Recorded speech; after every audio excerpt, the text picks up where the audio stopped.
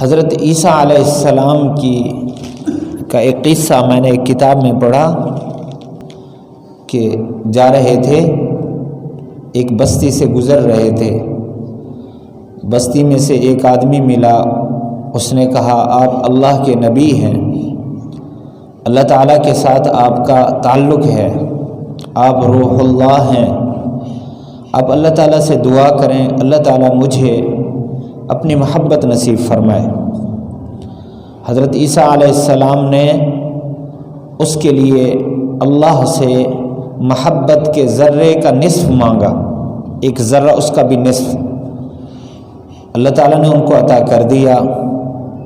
حضرت عیسیٰ علیہ السلام جس سفر پر جا رہے تھے اس سے واپسی پر جب انہوں نے اس بستی سے گزرنا ہوا، اس کو بند کر دیں گے، اس بستی سے گزرنا ہوا تو خیال آیا کہ اس آدمی کو ملے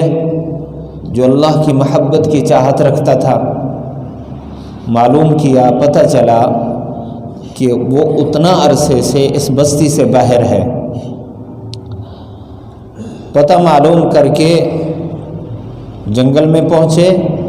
پہاڑوں میں پہنچے، اللہ تعالیٰ نے وحی کے ذریعے بتا دیا کہ فلاں پہاڑ پر میرا وہ بندہ موجود ہے۔ جب وہاں گئے دیکھا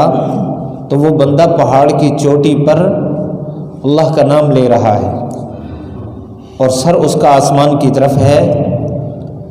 اور ایک دفعہ اللہ کہتا ہے تو ایسے مزے لذت سے بھر جاتا ہے۔ حضرت عیسیٰ علیہ السلام قریب گئے، اپنا تعارف کرایا، اس آدمی نے توجہ نہ کی۔ اللہ تعالیٰ نے وحی کے ذریعے فرمایا کہ اب اس کو میری محبت کی لذت کا آدھا حاصل، ذرے کا آدھا حاصل ہو چکا ہے، اب اگر آپ کے اس کے جسم کے ٹکڑے بھی کر دیں گے تب بھی آپ کی طرف توجہ نہیں کرے گا۔ اللہ کے نام میں اتنا لذت ہے، تو لذت جب وہاں محسوس کرے گا تو پھر افسوس کرے گا کاش کہ میں دنیا کی جو زندگی کے لمحات تھے ہر لمحہ میں اللہ کو یاد کرتا۔